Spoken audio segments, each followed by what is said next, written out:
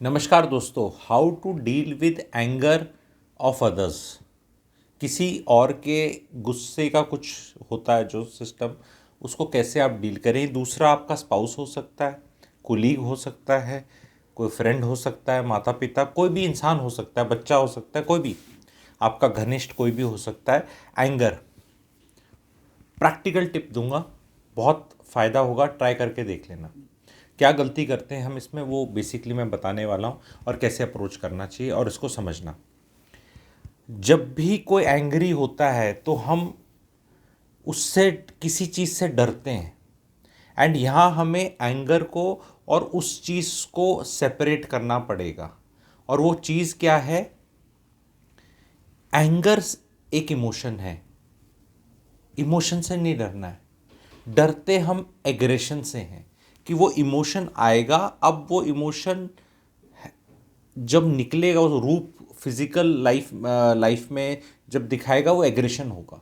कि चिल्लम चिल्ली होगी, हाथापाई हो सकती है, कुछ फिजिकल गड़बड़ हो सकती है, वो एग्रेशन है। इन दोनों चीज़ों को हम सेपरेट नहीं कर पाते। आज मैंने बताया कि चलो सेपरेट करो, तो जो एंगर है उसको होने दो, इस चीज़ को हमें हैंडल करना है, एग्रेशन को हैंडल करना है।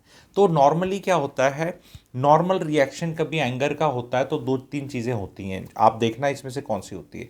जिसके आपके ऊपर फेंका जा रहा है, मान लो एंगर है ना, आप उसका विटनेस है, तो एक तो ये है कि काउंटर पार्ट है, काउंटर अटैक है, कि वो चिल्लम चिल्ली करी, आपने शुरू कर दी, क्यों चिल्ला रहा है, क्यों चिल्ला रही है, ऐसे ऐसे करके उसको करा, तूने भी ऐसे किया था, तेरी भी गड़बड़ है, ऐसे करके बराबरी कर दी। या फिर एक एक्सट्रीम में कंप्लीट सरेंडर कर दिया, डर गए, उसकी नॉनसेंस को पूरा ही ले लिया। एंड ये इन पैटर्न्स के बीच में ही लोग डील कर रहे हैं। क्या कोई थर्ड अप्रोच हो सकती है? मैं उस पर बात कर रहा हूं। तो सबसे पहले जब भी कोई आदमी का एंगर निकले तो उसको ये बोलना शांत हो जा, शांत हो जा, is may not be the correct approach immediately. उसके एंगर को आपको वैलिडेट करना है थोड़ा सा, कि हाँ ये जो तेरा निकल रहा है, हाँ ठीक है, समझ में आ रहा है, निकल रहा है। बट येट आपने अपने अराउंड एक बाउंड्रीज बनानी है उसके एग्रेशन में। ये over a period of time inter relationship पे सेटल हो जाएगा। वो चाहे बाद में 3 दिन बाद, 2 दिन बाद, कभी सैटरडे संडे आफ्टरनून को, या बॉस के साथ अलग से, बीवी, स्पाउस, हस्बैंड, माँ बाप, किसी जो भी वो इंसान है उसके साथ बैठ के, किसी your anger was okay, but the way you expressed it, I am not able to deal with it like this, and in the future I don't want you doing these things with me. Otherwise you have to have that otherwise, that I will not listen, the conversation will not take place, the relationship will not go, this is not happening. होता क्या है, जब आप surrender कर देते हैं तो anger करने वाले को थ्रेशोल्ड पता चल जाता है, किसी ने तो सरेंडर करना ही है, और फिर वो वही हरकतें कराएगा। प्रॉब्लम आप ये देख लेना, आप मुझे बताओ, किसी के अंदर कोई इमोशन जग रहे हैं, उससे आपको क्या प्रॉब्लम होनी चाहिए कायदे से?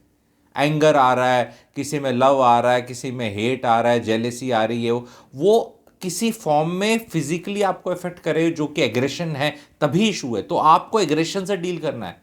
लोग क्या करते हैं, जो एंगर हो रहा है, एंग्री हो रहा है बंदा, उसके इमोशंस को ही झुठलाना चाहते हैं कि नहीं ये तो बकवास है, नहीं एंग्री नहीं होना चाहिए, उसको देख, उसकी लाइफ और ख़राब है, इसकी लाइफ ख़राब है। ये इस तरह नहीं करना। उसके निकलने दो जो निकल रहे हैं। एंगर को उसके इमोशंस को डिसमिस मत करो, वैलिडेट करो और शांति से करो। और अपना आपा मत खो। अगर आपने अपना आपा खो दिया, उल्टा चिल्लम चिल्ली करने लग गए, तो जो ये एंग्री हो रहा था जस्टिफाइड हो जाएगा कि यार ये तो बराबर हो गया, इससे चिल्लाए। कभी भी दोबारा इंट्रोस्पेक्ट नहीं करेगा कि यार इसने अपनी डिग्निटी मेंटेन करी, इसने अपना ये किया। अब कई लोग बोलते हैं मुझे, कई, अरे हम तो ऐसा करते हैं, करा होगा इनने एक बार ही सिर्फ ऐसा, पर इनको लग रहा है कि ये 150 बार कर चुके हैं, और अगला बंदा तो हमेशा चढ़ता जाता है, तो क्या करे? आपको बाउंड्रीज बनानी है उसके हरकत पे, कि वो उन बाउंड्रीज को नहीं लागेगा।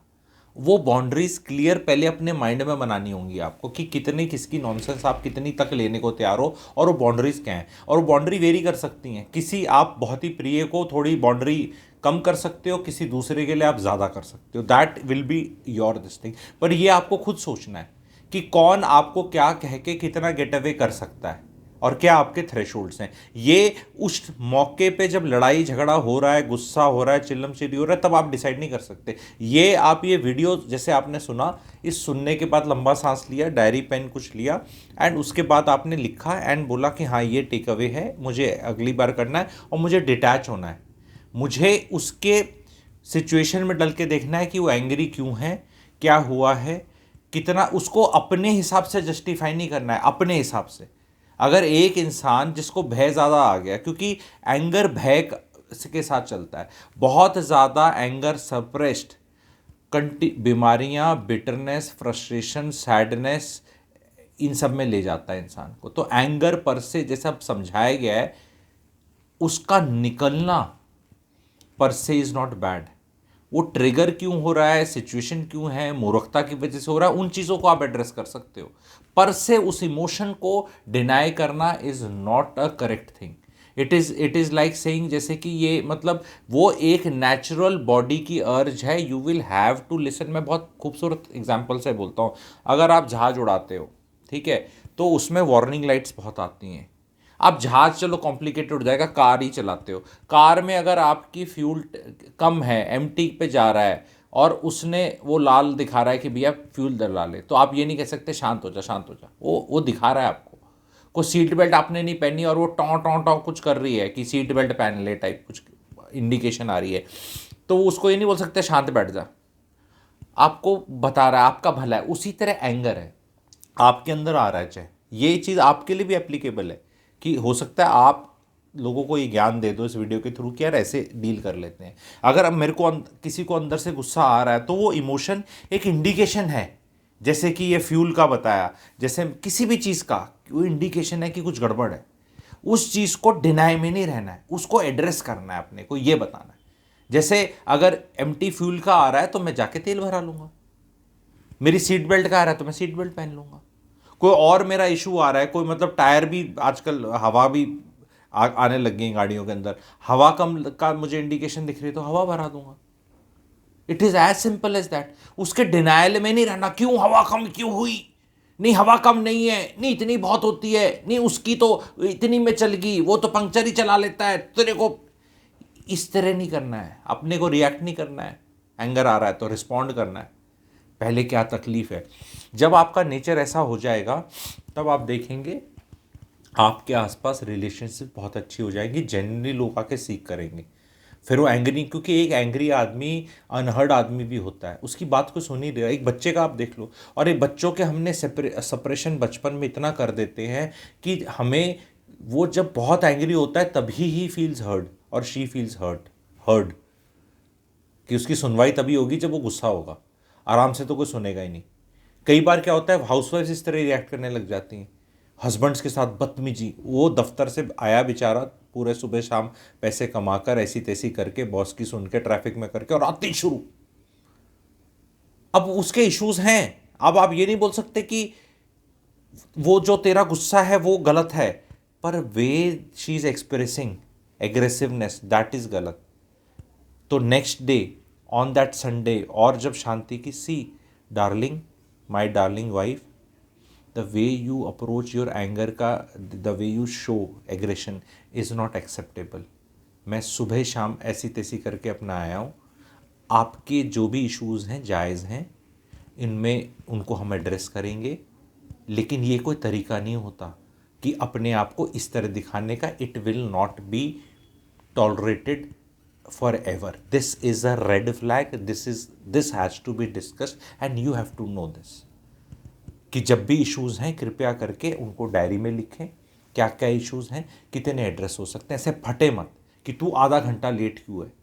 बोलो मैंने कोई गर्लफ्रेंड नहीं पाल रखी है बीच में जहाँ मैं उसके साथ कॉफ़ी पीने चला गया था, ठीक है। ये शरीर इतना बेडौल हो रखा है काम कर करके, कोई एक्सरसाइज नहीं करता, ठीक है। तुझे भी मैं अट्रैक्टिव नहीं लगता। उल्टा प्यार से ऐसे ही बताना है, तो मेरे को कौन सी और महिला मेरे को वो घास डालेगी, ऊपर से मतलब तेरे को अंदर से गुस्सा भी आ रहा है, तो ऐसे कर, तू दफ्तर चले जा, मैं घर में बैठ के मेड मार्ट संभाल लेता हूँ और ये इशू संभाल लेता हूँ। ऐसे प्यार से आपको बताना है, ये बाउंड्रीज हैं। बोलो नहीं लागेंगी। बोलो next time you shout when I come back home, that will not be told. बोलो मैं चला जाऊँगा, फिर फिर जो 2 4 5 दिन में फिर देख लेना। That you have to tell a consequence. अपनी बाउंड्रीज बनाने के बाद आपको धीरे धीरे उन बाउंड्रीज को लांघने का कॉन्सिक्वेंस बताना पड़ेगा बड़े प्यार से, एंड वो एक थ्रेशोल्ड होगा। देश भी ऐसे ही करते हैं। एक टाइम पे भारत में टेररिस्ट अटैक कोई कर जाता था किसी टाइम पे, तो थप्पड़ नहीं पड़ता था उल्टा, तो वो उसको टॉलरेंस लेवल नहीं पता था, तो टॉलरेंस वो बाउंड्री नहीं पता थी कि डोंट क्रॉस दिस। फिर जब थप्पड़ पड़ने लग गए अच्छे वाले, तो शांति से बैठ गए। तो देश भी ऐसे ऑपरेट करते हैं, रिलेशनशिप्स भी ऐसे ऑपरेट करती हैं, सब कुछ ही ऐसे ऑपरेट करता है। उसमें असर्टिव होना है, अपने को रूड नहीं होना है। और क्लियरली अगर किसी का कुछ वो एंगर है जैसे रिलेशनशिप्स में आ रहा है, तो उसको उठते ही एकदम उस पर ठंडा पानी डालना, भी हाँ रहा ठीक है, सुनते हैं बात, हाँ जायज़ है या हाँ गलत है, हाँ गलत हुआ तुम्हारे साथ, हाँ हाँ हाँ मैंने शायद देखते हैं करते हैं, हाँ ये क्यों आ रहा है तुम्हारे इशू, तो इसलिए करना, झुकना नहीं है एकदम ही।